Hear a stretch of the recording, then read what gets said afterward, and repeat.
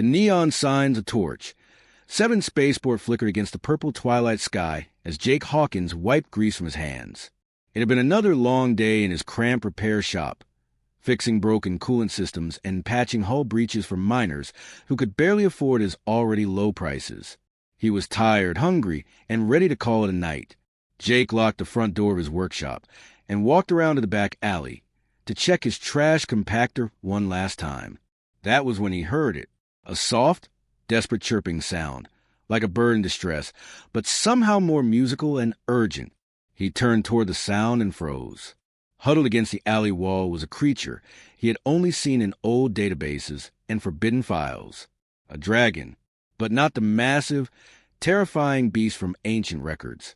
This one was small, no bigger than a large cat, with crystalline scales that shimmered blue and silver in the dim light. Its wings were folded tight against its body, and one of them looked badly burned. The little dragon looked up at Jake with eyes that seemed far too intelligent and far too scared for any animal.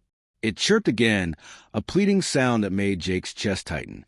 Before he could move closer, 3 figures stepped out from the shadows behind the dragon. Krillians. Jake recognized their gray, insectoid features immediately.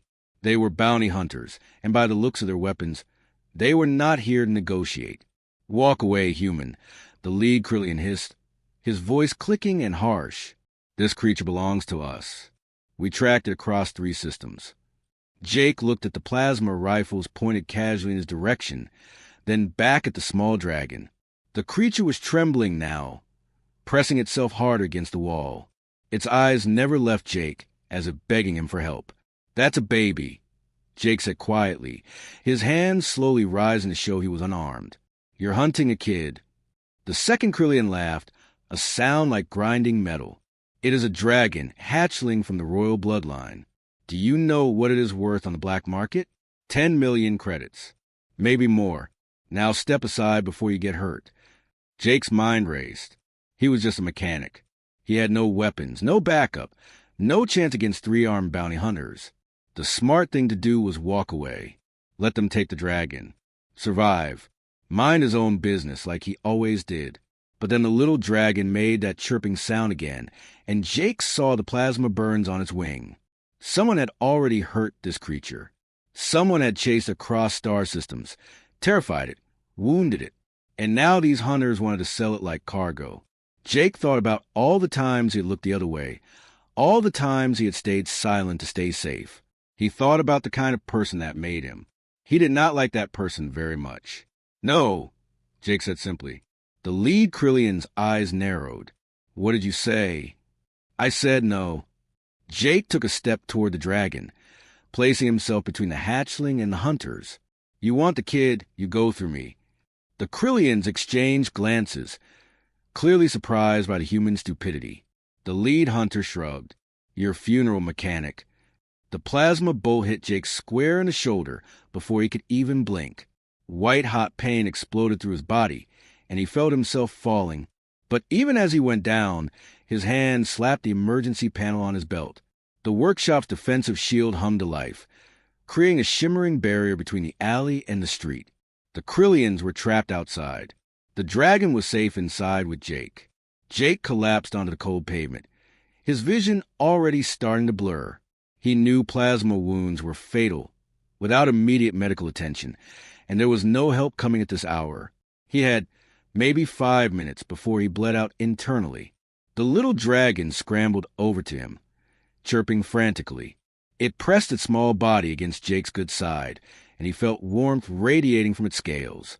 "Hey there, little guy," Jake whispered, his voice weak. "Sorry I cannot do more, but at least you are safer now." The dragon's eyes met his, and Jake could have sworn he saw understanding there. Gratitude. The creature nuzzled against his hand, its scales growing warmer. Jake's eyes started to close. He could hear the Krillians shouting and pounding on the shield, but they sounded far away now. Everything was getting dark and cold, except for the small dragon pressed against him. Exactly 3 minutes later, the entire sky above the spaceport turned black. Jake barely registered it through his fading consciousness, but he heard the sounds. Thunder without clouds. Reality tearing like fabric. the ground shaking beneath him. The little dragon suddenly sat up, its chirping changing to a triumphant, joyful sound. Through his dimming vision, Jake saw something massive descending from above, something that made the Krillian scream in terror, something that made every instinct in his dying body tell him that everything had just changed. The last thing Jake saw before darkness took him was a pair of enormous eyes, ancient and cosmic, looking down at him with an expression he could not name. Then everything went black. The darkness that swallowed Jake was suddenly pierced by light, not the harsh white light of medical equipment, but something warmer, older, like starlight given form. He felt himself being pulled back from the edge of death, though every instinct told him it was too late. His eyes flickered open, and what he saw made no sense. The sky above the spaceport had torn open, not with violence but with purpose, as if reality itself had simply stepped aside. Through that opening descended something that defied description. She was a dragon, but calling her that felt like calling the ocean a puddle. Her body was easily the size of a small building, covered in scales that looked like someone had captured entire galaxies and woven them into armor. Each scale shimmered with deep purples, blues, and silvers that seemed to shift and move with their own inner light. Her wings, when they spread, blocked out the stars themselves. The massive dragon landed in the street outside the shield with impossible grace. The impact should have shattered the pavement, but instead the ground seemed to welcome her, as if the planet itself recognized her authority. Every light in the spaceport flickered and died, then came back dimmer, as if even the power grid bowed to her presence. Jake felt the shield around his workshop dissolve like morning mist. The dragon turned her enormous head toward him, and he looked into eyes that held the weight of millennia. They were not animal eyes. They held intelligence, power, and something else, grief mixed with rage. The 3 Krillian bounty hunters, who moments ago had been so confident, now stood frozen in absolute terror. One of them tried to run. He managed exactly 3 steps before crystalline formations erupted from the ground, encasing all 3 hunters in transparent prisons. They were alive but completely immobilized, trapped like insects in amber. The massive dragon moved toward Jake with surprising gentleness. She lowered her enormous head, and he realized she was looking at the small dragon still pressed against his bleeding body. The little one chirped happily and tried to crawl toward the larger dragon, but stayed close to Jake, as if unwilling to leave him. Then Jake heard a voice in his mind. It was not sound, not exactly, but he understood it perfectly.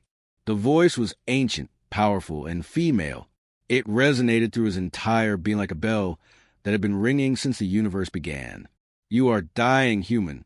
You sacrifice yourself for a child not your own, not even your species. Why? Jake tried to speak, but his throat was too dry, his body too weak. Blood soaked his shirt where the plasma bolt had hit. He could feel his heartbeat slowing, each thump weaker than the last. He managed to whisper, barely audible, because someone had to. Kids deserve to be protected. The dragon's massive eyes studied him for a long moment. Jake saw something shift in that ancient gaze. Surprise, perhaps, or recognition. I am Empress Orinthia, ruler of the Dragon Throne and protector of 70 star systems, the voice said in his mind. The child you saved is my son, Prince Kyrex, heir to everything I command. He was stolen from the royal palace by traitors and hunted across the galaxy. You're the first being in 3 systems who chose to help him rather than capture him. Jake's vision was fading again.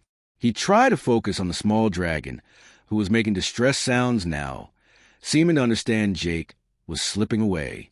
You are dying, Zorinthia repeated, but you need not.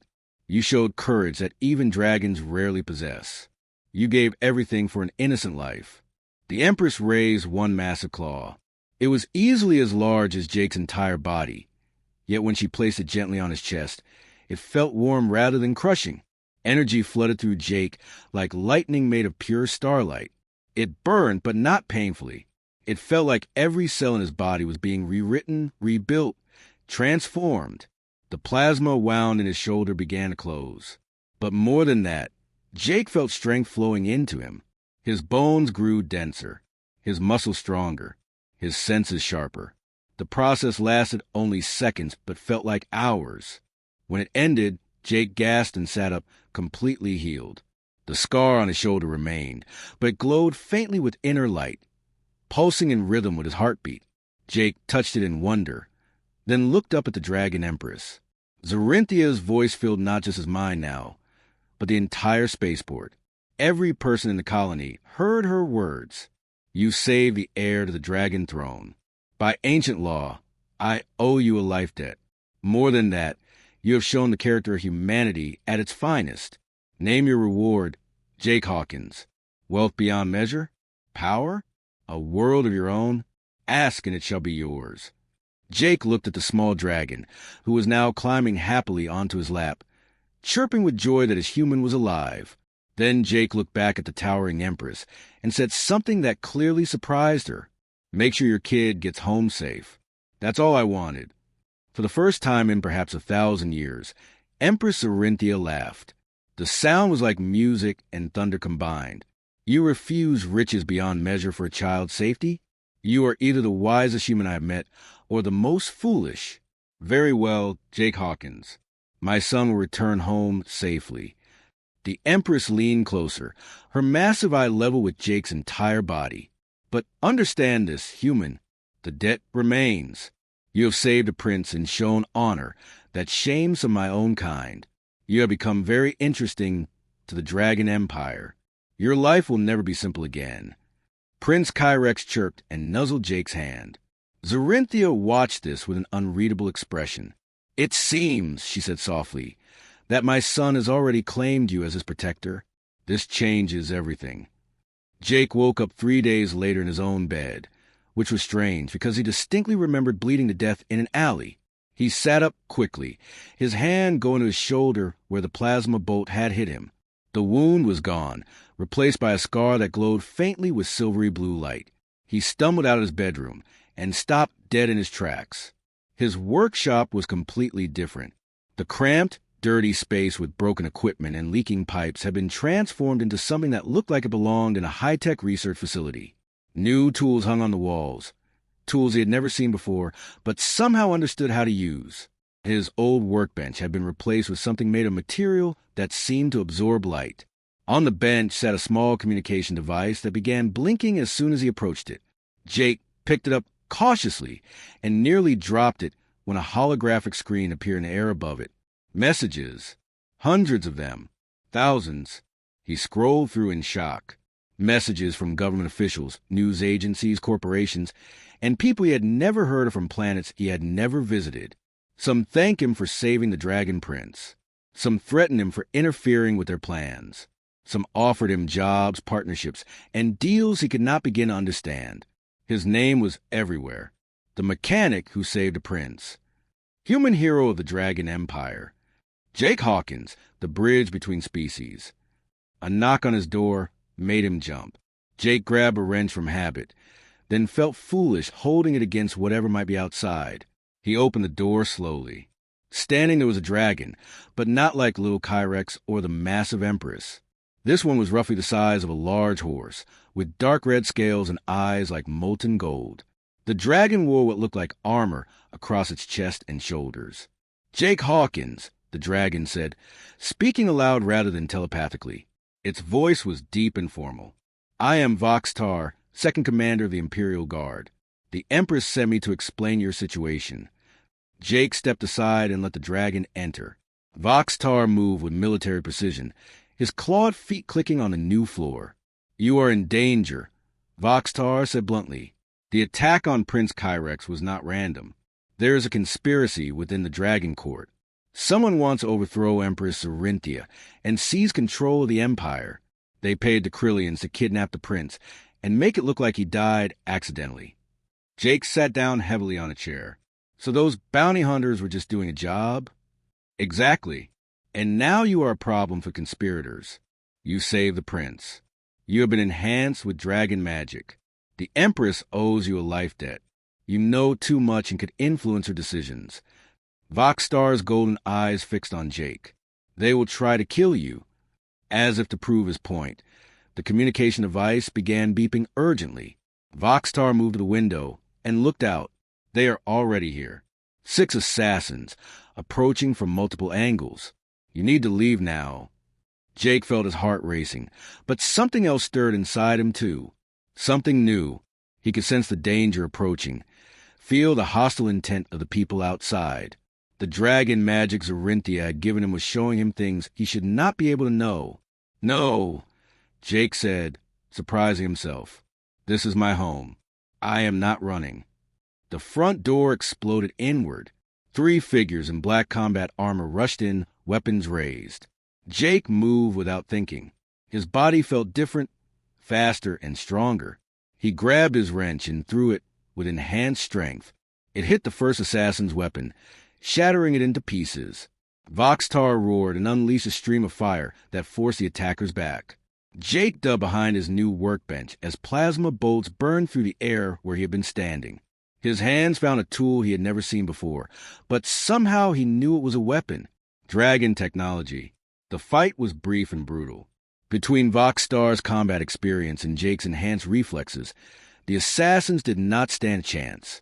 When it was over, 2 were unconscious, 3 had fled, and 1 was trapped under Voxstar's massive claw. Jake approached the captured assassin and pulled off the helmet. He expected to see another Krillian. Instead, he found himself looking at a young dragon, barely older than Kyrex. Why? Jake asked, why attack your own prince? The young dragon spat blood and laughed bitterly. Because the old ways are dying. Zorinthia wants to make peace with humans.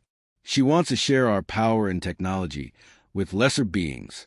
Some of us believe dragons should rule alone, not make friends with mechanics. Voxtar pressed down harder with his claw. Who leads a conspiracy? The young dragon said nothing, but Jake saw fear flash in his eyes. Whoever was behind this, they scared their followers more than capture did. After the guards took the prisoners away, Voxtar turned to Jake. The Empress wants you protected.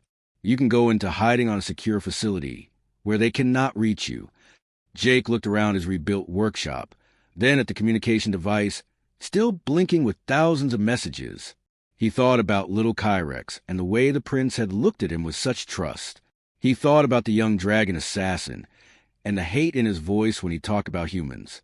No hiding, Jake said firmly. If there are people trying to hurt kids and start wars, I am not going to sit in a safe room. I am going to help stop them. Voxtar studied him for a long moment, then nodded with what might have been respect. The Empress said you were unusual for a human.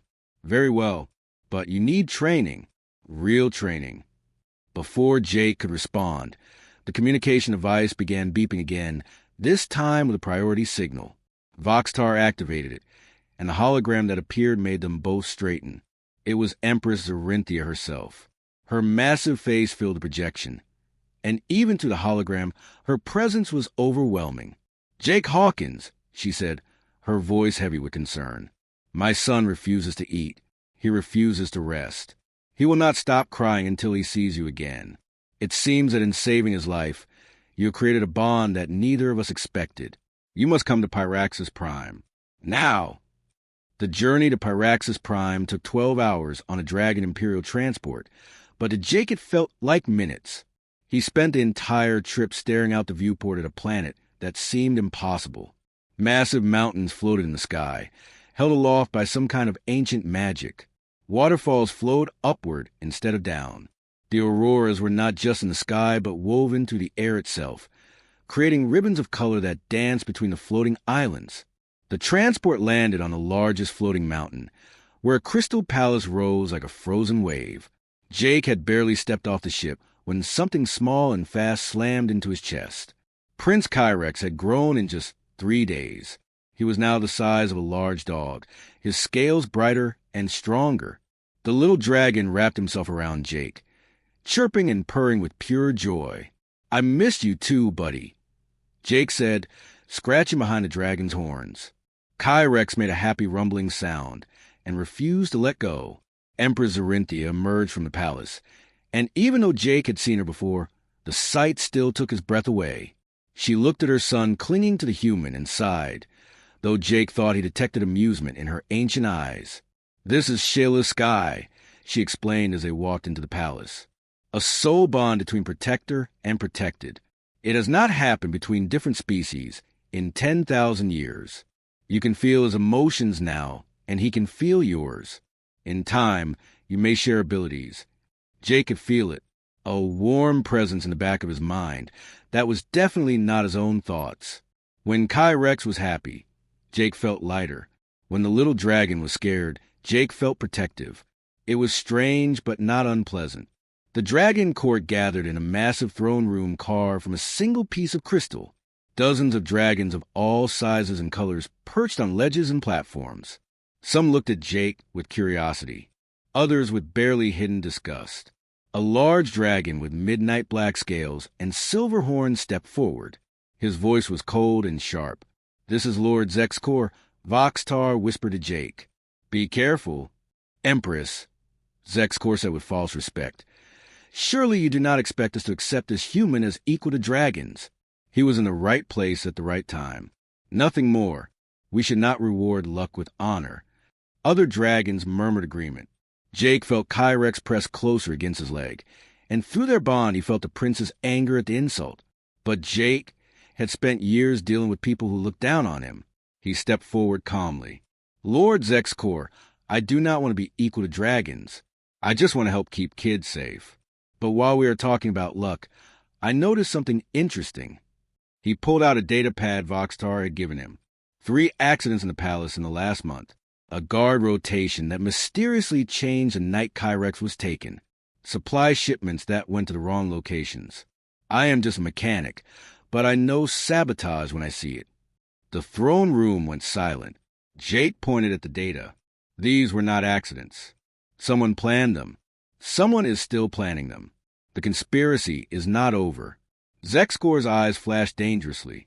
"You dare accuse members of this court?" "I accuse whoever is guilty," Jake said evenly. "And someone here knows who that is." Before anyone could respond, alarms blared throughout the palace. Dragons began shouting. Through the crystal walls, Jake saw ships approaching.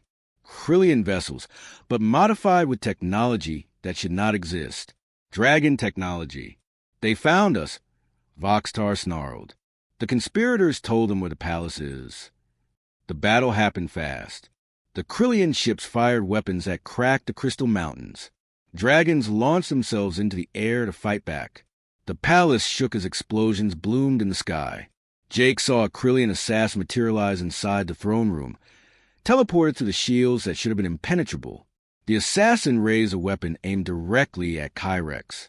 Jake did not think. He threw himself in front of the young dragon. But this time, something different happened.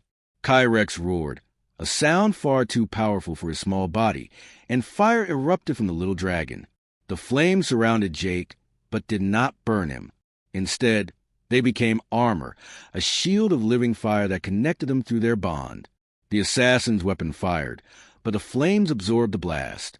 Jake felt power flowing through him. Power that came from Kyrex, but felt like it belonged to both of them. He raised his hand, and the fire responded, shooting forward and slamming the assassin against the wall. More assassins appeared. Dragons who had been hiding among the court revealed themselves as traitors. The throne room became a battlefield. Loyal dragons fought corrupted ones. Voxtar engaged 3 enemies at once, and Jake fought beside Kyrex, human and dragon moving as one. When Jake dodged, fire covered his movements. When Kyrex attacked, Jake's tactical thinking guided the flames to their targets. They were not just protecting each other. They were fighting as a single unit. Other dragons stopped to stare. They had never seen anything like it. A human surrounded by dragon fire, moving with a grace and power that should not be possible. A young dragon fighting with strategy beyond his years, guided by his human partner's mind. The tide of battle turned. The conspirators realized they were losing. Lord Zexcor, fighting near the throne, suddenly turned and ran. He blasted a hole in the crystal wall and dove through it, transforming mid-flight into his full dragon form. "Stop him," Zorinthia commanded, but Zexcor was already gone, vanishing into a portal that shimmered with stolen magic. The remaining traitors were captured or killed. The Kryllian ships retreated. The battle was over, but the cost was clear. Several loyal dragons lay dead. Part of the palace was destroyed. and the leader of the conspiracy had escaped. As the dust settled, Jake looked around the throne room. The dragons who had mocked him earlier were silent now, watching him with new eyes. Kyrex sat beside him, exhausted but unharmed, their bond glowing warm and strong in both their minds. Empress Zorinthia approached slowly. She looked at Jake, then at her son, then at the scorch marks on the floor where they had fought together. "You have shown us something we forgot," she said quietly. "That strength comes in many forms, and that together, different species can achieve what neither could alone." Jake just nodded, too tired to speak. But through the bond, he felt Kyrex's pride and love, and somehow that was enough. Then Voxtar approached with grim news.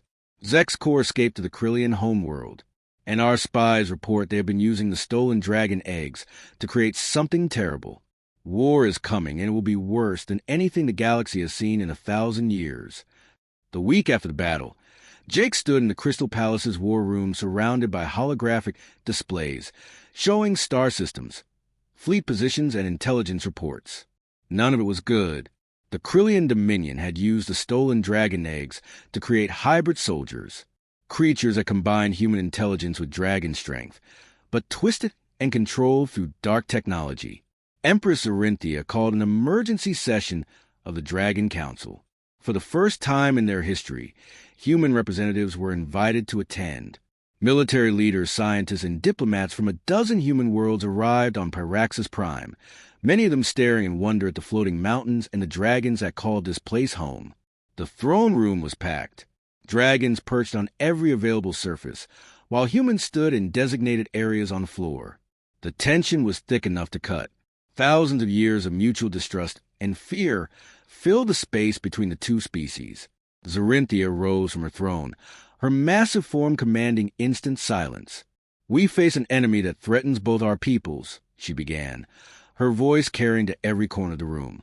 "The Krillians have violated the most sacred laws of nature. They have weaponized life itself. If we fight separately, we will fall separately. But together we might survive." A human admiral stood up, his uniform decorated with medals from countless battles. "With respect, Empress, how do we know dragons will not dominate us? Your power is far greater than ours." Before Zorinthia could answer, an older dragon with scarred wings spoke up. "And how do we know humans will not betray us? Your species is known for deception and greed." The room erupted in arguments, dragons and humans shouting over each other, old prejudices rising to the surface. Jake felt Kyrex pressing against his leg, nervous and scared by the anger filling the room. Then Jake did something that surprised everyone, including himself. He walked to the center of the room, where both species could see him clearly. "Stop," he said. His voice was not loud, but something in it made everyone pause. Maybe it was the bond with Kyrex giving him authority. Maybe it was a glowing scar on his shoulder that marked him as someone touched by dragon magic. Or maybe people were just tired of fighting.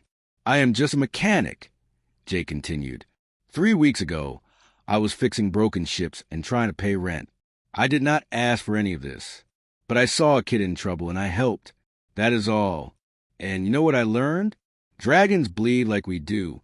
They love their children like we do. They feel fear and hope and anger just like we do." He gestured to Kyrex, who walked over to stand beside him. "This little guy and I should not work together. Different species, different worlds, different everything. But we do work together. Because we chose to trust each other. Because we decided that protecting life matters more than protecting pride." The room was silent now. Jake looked at the human admiral, then at the Scar Dragon. "You want proof this can work? Watch." He nodded to Kyrex. Through their bond, they did not need words. The young dragon breathed fire, and Jake stepped into it. Gasps filled the room as flames surrounded the human completely. But Jake stood calmly in the inferno, the fire not burning him but flowing around him like water. The bond protected him. Then Jake raised his hand, and the fire responded to his will, forming into shapes and patterns. Dragon fire controlled by human thought. It should have been impossible, but there it was for everyone to see. "This is what we can become," Jake said as the flames faded. "Not dragons ruling humans. Not humans using dragons, but both species working as partners, each making the other stronger. Empress Zorinthia stood, and Jake thought he saw pride in her ancient eyes. I propose a full alliance, not just military, but cultural. Let young dragons and humans train together, learn together, and build bonds like the one we see here. Let us create something new, the Shayla Sky Corps, units of humans and dragons working as one. The vote was not unanimous, but it passed. Within days, the first volunteers began arriving, young dragons eager to prove themselves, human soldiers looking for a new way to fight, scientists and engineers from both species working together to combine technology and magic. Jake was named the first ambassador of the Shayla Sky. Kyrex, despite his youth, became the symbolic leader of the Dragon Volunteers. Together, they oversaw the training of the first mixed units. It was not easy. Dragons had to learn to trust human judgment. Humans had to overcome their fear of dragon power. There were arguments, accidents, and moments when it seemed the whole experiment would collapse. But slowly, bond began to form. Not the magical soul bond like Jake and Kyrex shared, but something just as important: friendship, trust, brotherhood. 3 months after the alliance was formed, the Krillians attacked a human colony on the border. It was a test. Everyone knew. The enemy wanted to see if this new alliance was real or just political theater. Jake and Kyrex led the Shayla Sky Corps to defend the colony. The battle was brutal. The Krillian hybrid soldiers were terrifying, combining the worst of both species into something monstrous. But the Corps fought with a coordination the enemy had not expected. Dragons provided air support and raw power. Humans provided tactics and adaptability. When a dragon was injured, human medics rushed to help. When humans were pinned down, dragons shielded them with their bodies. The Krillians retreated, their hybrid soldiers defeated by something they had not anticipated: real cooperation, real unity. Jake stood in the ruins of the colony after the battle, exhausted and covered in soot. Kyrex, now grown to the size of a small vehicle, rested his head on Jake's shoulder. Around them, humans and dragons worked together to rescue survivors and put out fires. A hologram of Empress Zorinthia appeared beside them. "You have done something I thought impossible, Jake Hawkins. You have shown both our species that we are stronger together than apart." Jake smiled tiredly. "I just took a shot to protect a kid, Your Majesty. Everything else kind of followed from that." "Sometimes," Zorinthia said softly, "the smallest act of courage changed the fate of civilizations. Thank you, my friend." The hologram faded. Jake looked up at the stars, where more battles waited. The war with the Krillians was far from over. But for the first time in a long time, he felt hope. Kyrex rumbled softly, his thoughts warm in Jake's mind. "Ready for the next one, partner?" Jake scratched the dragon's scales and grinned. "Let's go save the galaxy, buddy." Above them, a mixed fleet of dragon bioships and human vessels jumped to hyperspace together, heading toward the next crisis. The alliance was new, fragile, and untested, but it was real, and somewhere out in the darkness, that made all the difference.